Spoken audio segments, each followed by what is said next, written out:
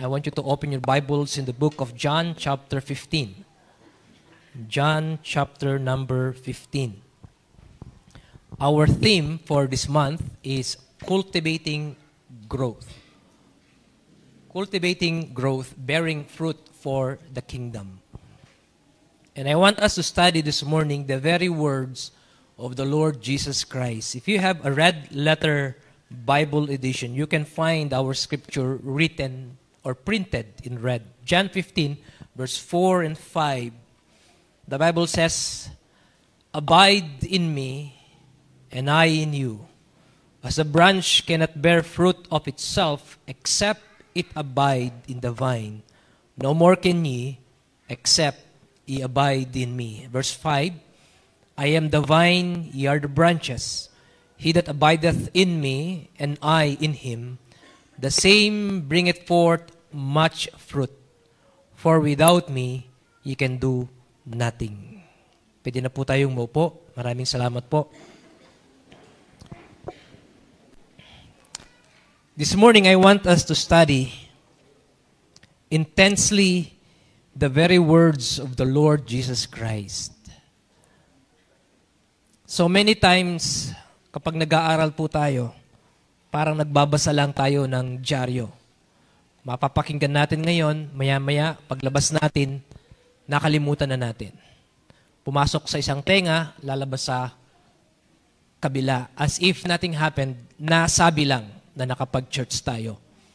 Pero hindi nagkaroon ng impact sa buhay natin. If we are really going to be serious in studying the Word of God and apply every principles in our life, the Bible is very clear that it will make an impact in our life.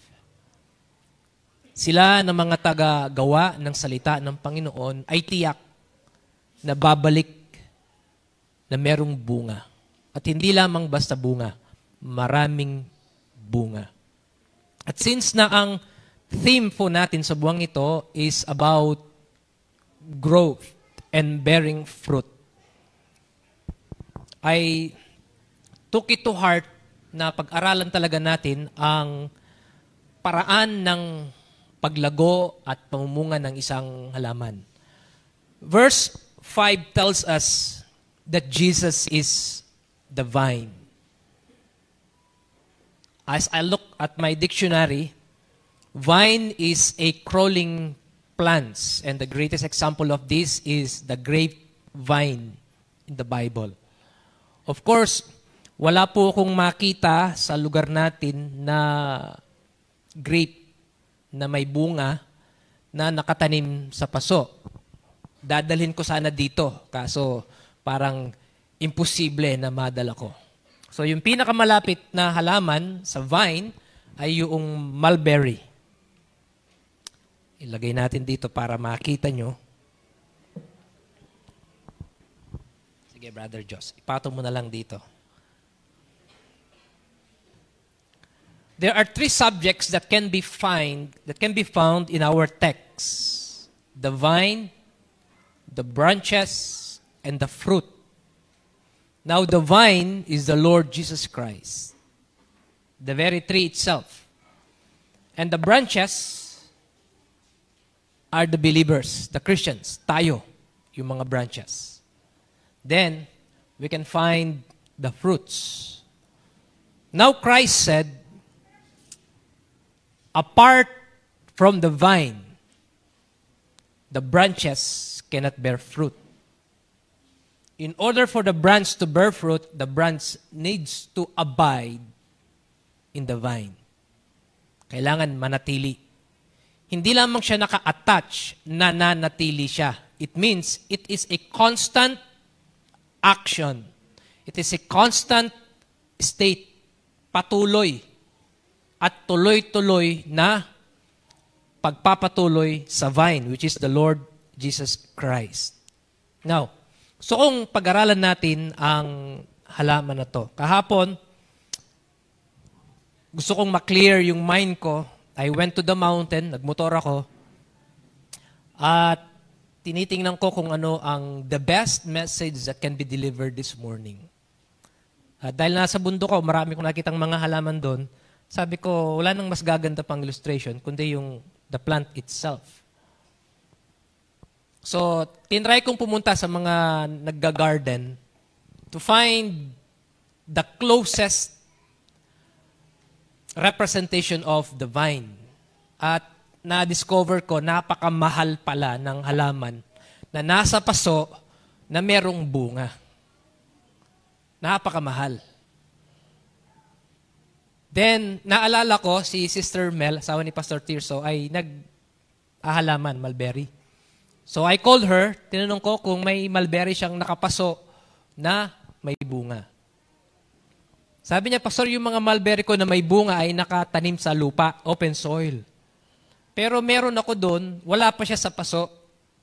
Nasa plastic, pero may bunga na. Sabi ko, magkano naman yun kung ibebenta nyo? Kung kayo po ang bibili, ibibigay ko na lang libre. Kaya syempre, instead na bibili ako sa labas na napakamahal, doon ako sa libre. Di ba? So, hiningi ko yung mulberry niya. So we have the very vine itself. Ang sabi ni Kristo, I am the vine. Siya yung pinakapuno. He is the vine. Ano ba yung ginagawa ng vine for the branches to bear fruit? Of course, yung vine ang siyang nagbibigay ng nutrients, sustansya sa mga sanga. Through the roots. Okay? Hindi natin pag-aaralan yung mga dahon, yung mga ugat, yung three main subject lamang na binanggit sa text natin, which is the vine, the branch, and the fruit. Pero gusto kong tandaan natin yung title ng ating message, Broken Branch. Mamaya pupunta po tayo doon. Now, Jesus Christ, as the vine, we know for a fact that when He created man to have fellowship with Him. He wants God to have a working relationship with man. Na-enjoy ng Panginoon ang meron siyang relasyon sa atin. But unfortunately, Adam and Eve fell into sin when they disobeyed God and ate the forbidden fruit in the Garden of Eden. So God punished them and cast them away from the Garden of Eden. Nagkasala ang tao at nawalay sila sa Diyos. Napalayo sila sa Panginoon.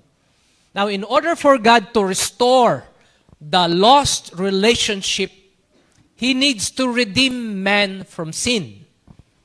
That's why He sent Jesus Christ to die on the cross, His blood to be shed, and pay the penalty of our sin. And comes the redemption of man. And He is the vine. That was the sacrifices that Christ took in order for Him to give life to the branches.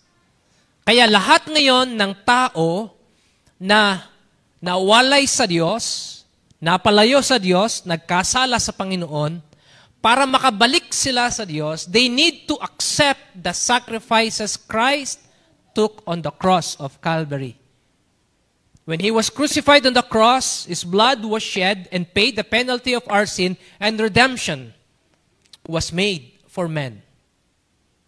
We now need to acknowledge what Christ did on the cross by faith, accept Him in our heart as our Lord and Savior. Tanggapin natin siya sa ating puso bilang ating Panginoon at tagapagligtas. For the Bible says, there's no other name given under heaven whereby man can be saved other than the name of the Lord Jesus Christ.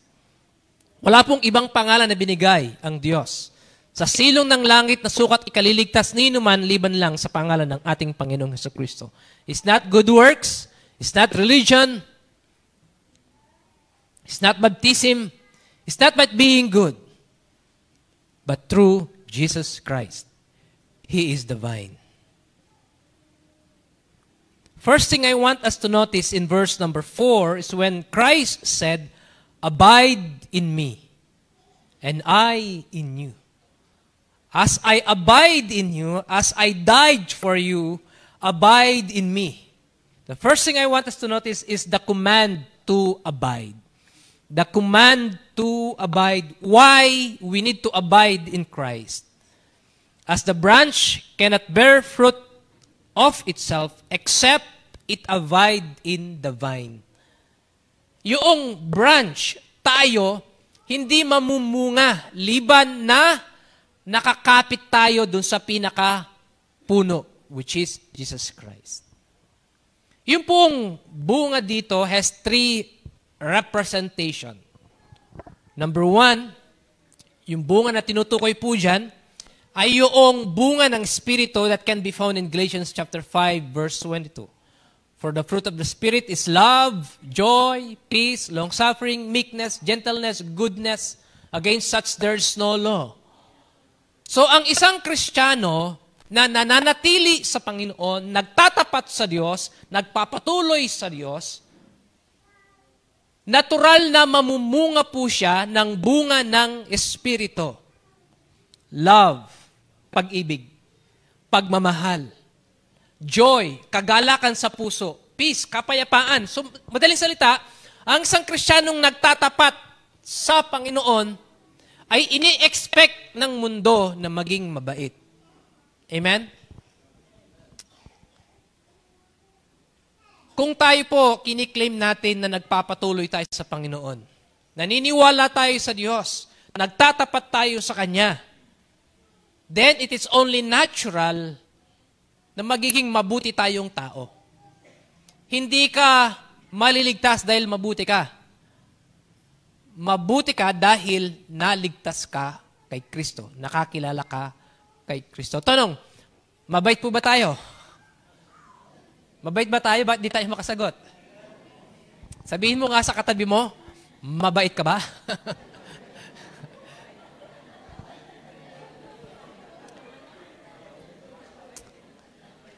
Tanggapin man natin o sa hindi, ang sanlibutan, ini-expect niya na ang Kristiyano na merong Kristo sa puso ay mabait na tao. Hindi lamang mabait, matulungin na tao. Hindi lamang matulungin na tao, mapagmalasakit na tao. Mabuting tao, mapagbigay na tao. Napakaraming mga magagandang katangian na inaasahan ng sanlibutan na nasa atin. Why? Because we have Christ in our hearts. And if you have Christ in your heart, the natural fruit that will bear through you is the fruit of the Spirit. Yung mga binanggit sa Galatians chapter 5, verse 22. So ang mga Kristiyano na merong Kristo sa puso, inaasahan ng mundo na ikaw ay mabait na tao, mabuting tao, matulungin na tao. Kulang na lang, hindi ka na nagkakamali. Pero dahil tao pa rin tayo, we are still subject to make mistakes. Pero nonetheless, generally speaking, ang isang Kristiyano, mabuting tao. Amen? Hindi corrupt. Yan, hindi na ako pupunta sa topic na yon. Second interpretation of the fruit of the vine is not only the fruit of the Spirit, but the blessings of God. The material blessings of God. Alam niyo, kapag nagtatapat ka sa Panginoon, ang tendency niyan, i-bless ka ng Panginoon. That's guaranteed. Ang Kristiyano na nagpapatuloy ng kanyang katapatan sa Diyos, ang sabi ng Biblia, i-bless siya ng Panginoon. Kapag kinalulugdan ka ng Diyos, God, that is natural. The natural course of nature is when you uphold the principles of God and strive to obey the commandments of God, is for God to bless you. I-bless ka ng Panginoon. At marami na po akong nakitang mga mananampalatayang nagsikap na magtapat sa Diyos, and at the end of the day, all they can say is, the Lord is good.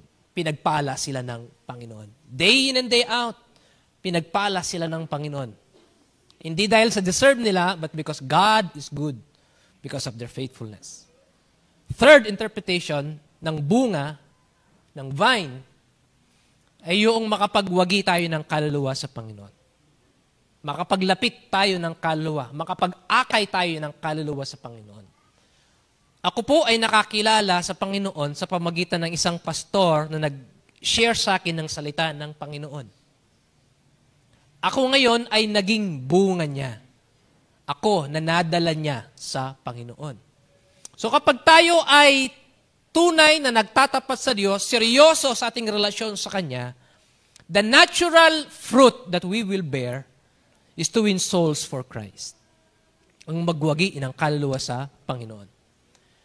3 yung bunga na yon. The fruit of the Spirit, the material blessings of God in our life, and winning souls for Christ. At lahat tayo, gugustuhin natin na mamunga tayo nung 3 klase ng bunga na yon.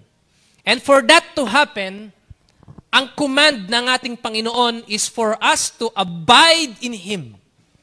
Manatili sa Kanya. Magpatuloy sa Kanya.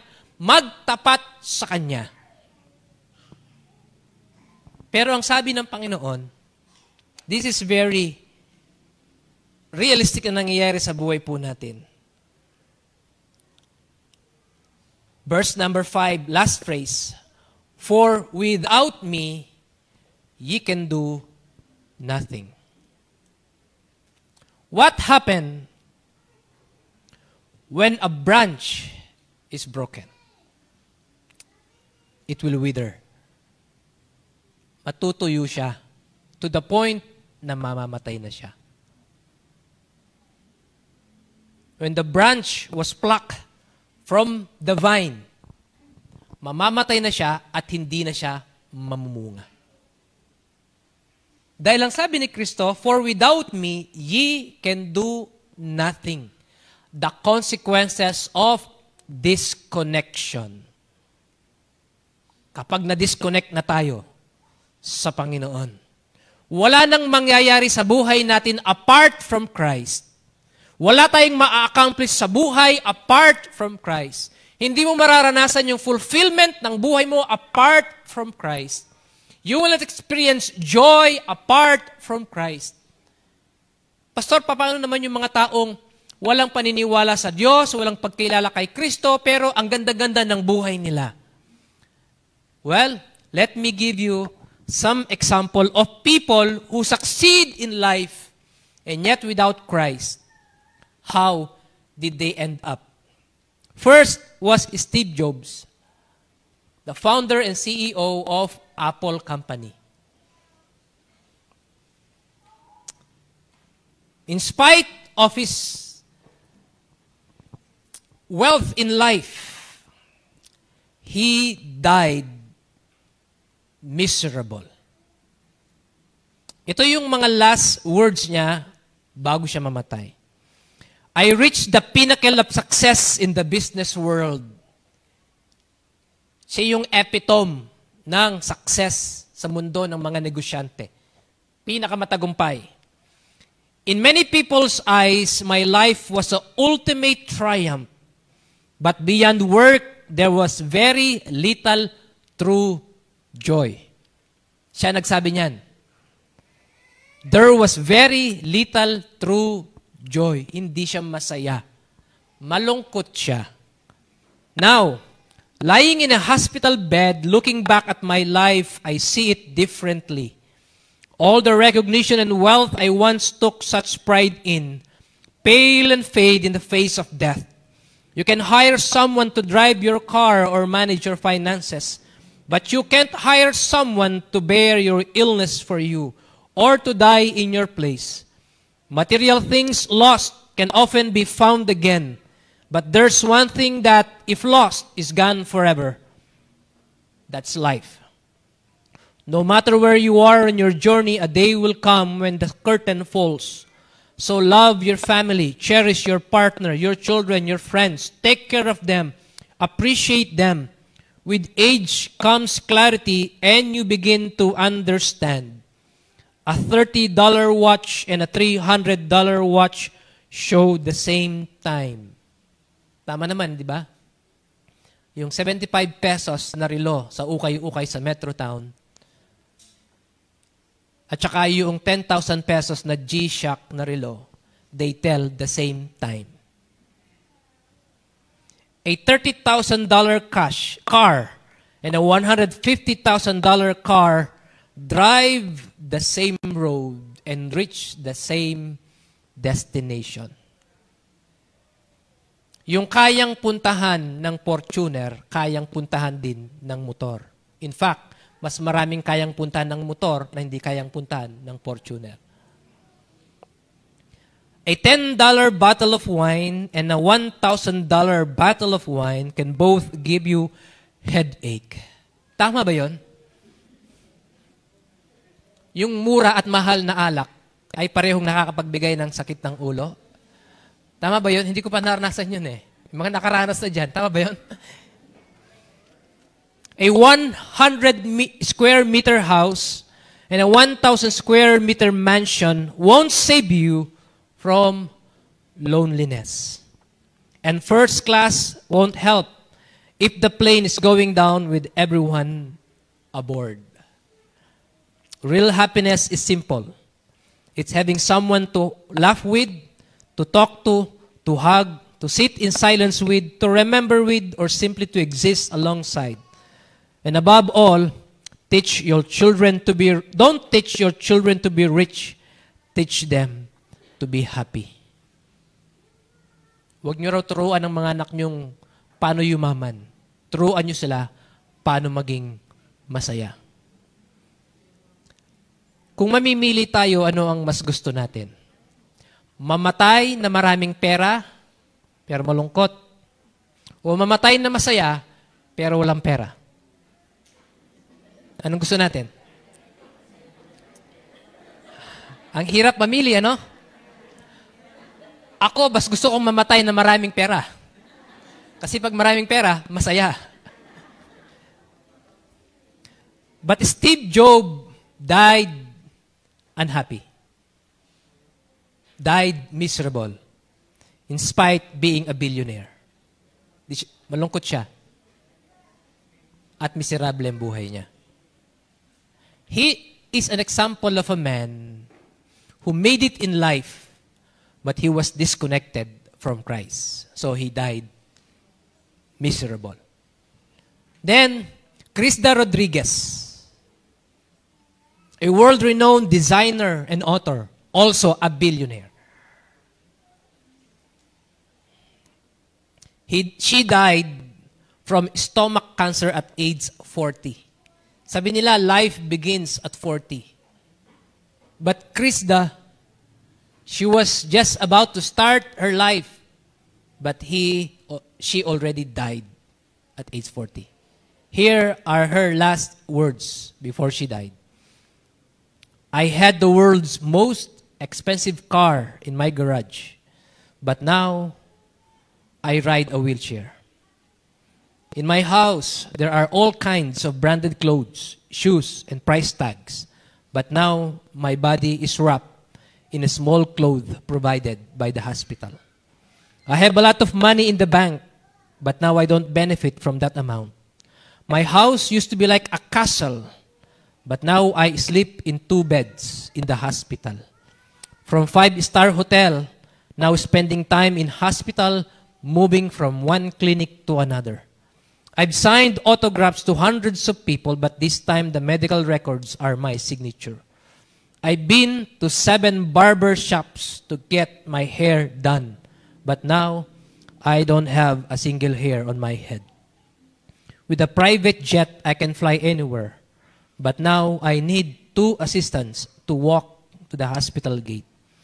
Even though there's a lot of food, now my diet is 2 tablets a day and a few drops of salt water in the evening. The house, the car, the plane, the furniture, the bank account, the excessive fame and glory, none of it works for me. None of this will calm me down.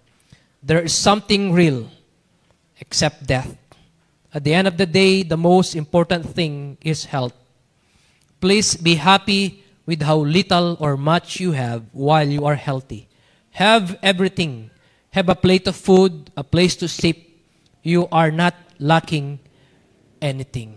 In spite being wealthy, she died unhappy and miserable. Why?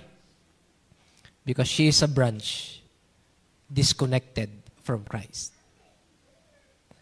Adolf Merkel. He was at one point the 5th richest person in Germany with a net worth of $9.2 billion. That is not peso. That is dollars. If you want to know how much that in peso, multiply it by 56. He died by suicide at age 74. In spite being a billionaire, he committed suicide and died miserable. Gusto nyo pa rin bang yumaman? Otto Beisheim, a German billionaire co-founder of the Metro Retail Group, died by suicide in 2013 after suffering for a long time from an incurable illness. His fortune was valued at over $3 billion at its peak. All of these people made it in life, but without Christ, they died miserable. If we want us to be fruitful in a vine, abide in Christ. Not only the consequences of disconnection, but the consolation of being in Christ. Alam natin na yung sanga, bagamat may potential siyang mamunga, pero pag tinanggal mo siya sa pinakapuno, mamamatay siya. And all of its potential to bear fruit will be lost. Naalala ko nung bata ako, mahilig akong umakyat ng puno ng bayabas, kaimito, santol, aratilis. Ang problema, yung mga punong ito, yung mga bunga nila halos nasa dulo ng mga sanga. Take for example, yung bayabas. Nasa dulo ng mga sanga yung bunga, di ba? Walang mga bunga sa pinakapuno mismo. Yung aratilis, nasa dulo yung mga hinog ng mga bunga. So kapag medyo magaan yung katawan mo, gagapang ka sa sanga para maabot mo yung mga bunga na yon. Eh, paano pag medyo maliit yung sanga? Matatakot ka ngayon na baka mabali. So anong ginagawa natin para makuha natin yung mga bunga na yun na nasa dulo? Nakaakit ka na nga sa puno eh. Igagapang mo yung paa mo, di ba? Yung igaganyan mo yung paa mo sa sanga na gano'n, no? At pag di mo naabot, ano gagawin mo? Babaliin mo na, lalapit na yung bunga. At kapag nabali na yung sanga na yon, nakuha mo na yung bunga niya, it will never again bear fruit. Hindi na siya mamumunga muli. Kahit anong gawin mo. Sapagkat pinatay mo na yung supply ng nutrients. Itong sanga na to, this broken branch, somehow, the branch is still connected. May mga dadaloy pa rin na mga nutrients from the main vine.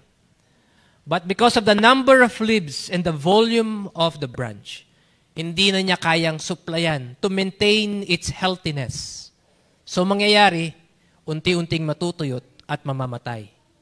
At hindi na siya magbubunga pa. Church, I want you to closely look at this broken branch. Marami sa atin katulad ng broken branch na to. Connected pa tayo. Bahagi pa tayo. When the world look at us, ang alam nila, bahagi pa rin tayo ng katawan ni Kristo. Pero dahil kulang na yung nutrients, dahil hindi na talaga tayo totally connected, somehow, we are a broken branch. You come to church here and now, sometimes hindi. You give your tithes here and now, sometimes hindi. Maglilingkod ka sa Panginoon here and now, sometimes hindi. Hindi ka consistent, hindi ka tuloy-tuloy. Kapag feel mo lang, kapag komportable ka lang, kapag busy ka, may schedule ka, marami kang pinagkakabalahan, hindi mo na ibibigay yung time na nabibigay mo sa Panginoon dati. You are unfaithful. you are a broken branch. How can you bear fruit if you are a broken branch? Pastor, mahal ko naman ng Panginoon. Naiintindihan naman ng Panginoon ang kalagayan ko. Alam naman ng Panginoon ang laman ng puso ko. Let me tell you this. Do you love your wife? Husband, do you love your wives? Mahal niyo ba yung mga asawa niyo? Wives, do you love your husbands? Now, if you love your spouse, tell them you love them. I love you. Kung katabi niyo yung asawa niyo, sabihin niyo, I love you, sweetheart, sugar, cupcake, mahal. Ano man ang tawag niyo sa kanila? Ngayon, naniniwala naman ba kayo sa asawa niyo? Ha? With all sincerity in their heart, do you believe them? Sabihin natin, sincere sila. They truly love you. Husband, you truly love your wife. Wives, you truly love your husband.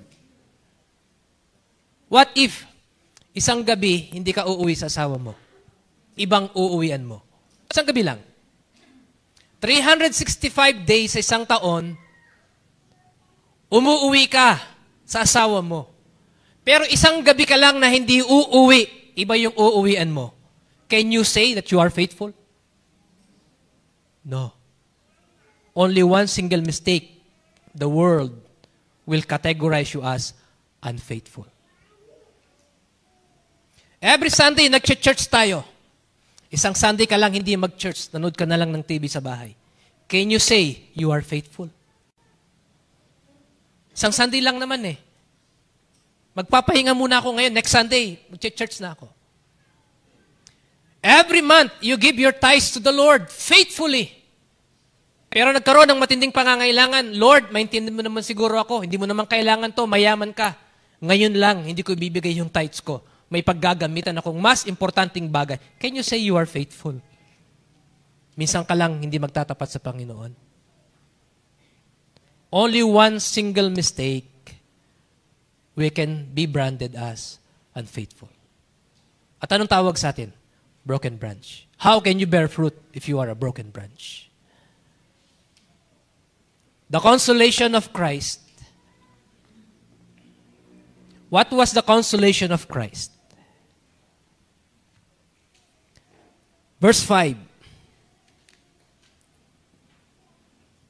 Ito yung outline natin. He that abideth in me and I in him, the same bringeth forth how many fruit?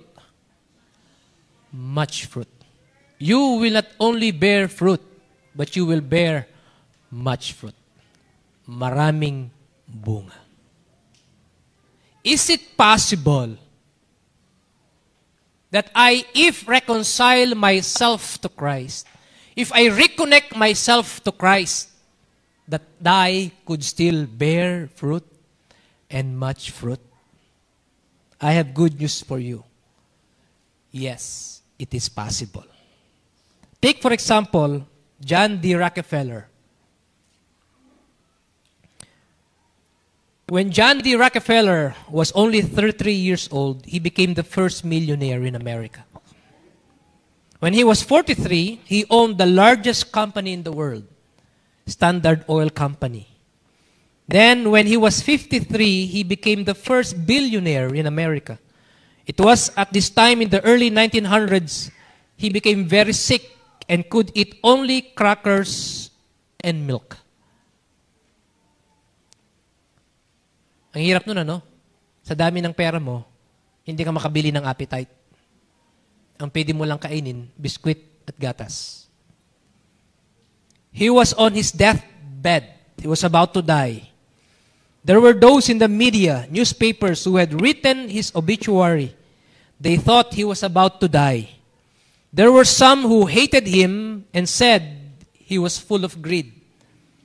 John testified that he was a Christian. He did understand that God had given him the gift to accumulate wealth. However, it was a curse because he had not sought to know the true purpose of the wealth he had been given by Almighty God. He heard this pastor said, God will give money to you if he can get it through you. One night, when he was unable to go to sleep, he turned to God in prayer and was given a vision. In the vision, the Lord said, all the money in the world will do you no good in heaven or in hell. Your job and your responsibility are to give it away to bless others.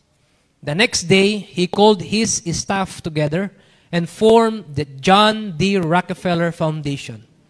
His philanthropy has changed the world and has set the gold standard for other philanthropists in their giving. Because of Rockefeller's giving, many diseases were wiped out in the early part of that country. Rockefeller's wealth increased, and he spent the next 40 years giving it away.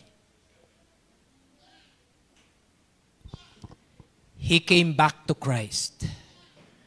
He reconnected himself to Christ and abided in Christ.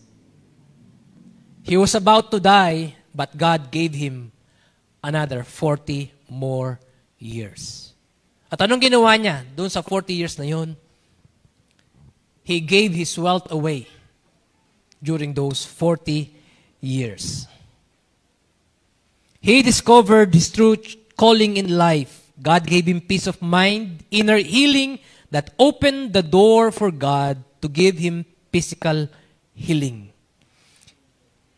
The inner healing God gave him made possible his outer physical healing. And John D. Rockefeller died not only a billionaire, died a happy man. Why? Because he reconnected himself to Christ. Pastor, sabi nyo, yung sanga kapag naputol na, mamamatay na at di na mamumunga. You know what? There's a process in biology called macroth. Na yung sanga, kapag pinutol mo, pwede mo siyang itanim uli at magiging pinakapuno siya. I did an experiment once sa isang halaman sa bahay. Binalatan ko yung isang sanga, tapos binalutan ko ng lupa yun, binalot ko ng plastic. From time to time, dinidiligan ko yun. After few weeks, doon sa ibaba, nung binalot ko yun, pinutol ko siya. Kinuha ko. Tinanggal ko yung balot niya, tinanggal ko yung lupa, and amazingly, nagkaroon ng mga ugat doon. At tinanim ko yun.